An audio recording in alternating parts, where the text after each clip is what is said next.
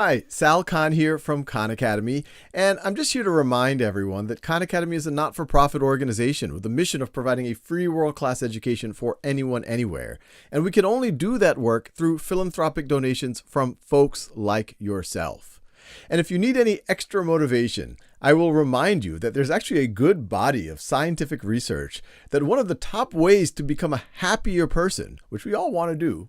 is to give to others. And when you give to Khan Academy, the social return on investment is really one of the highest impact philanthropy things that you can do. So when you give those dollars, not only will it help tens of millions of folks around the world, but will also make you a happier person as we go to the back half of 2020 and into 2021. To make it even better, every dollar you give will be matched dollar for dollar by a matching gift that we have received from a very generous philanthropist.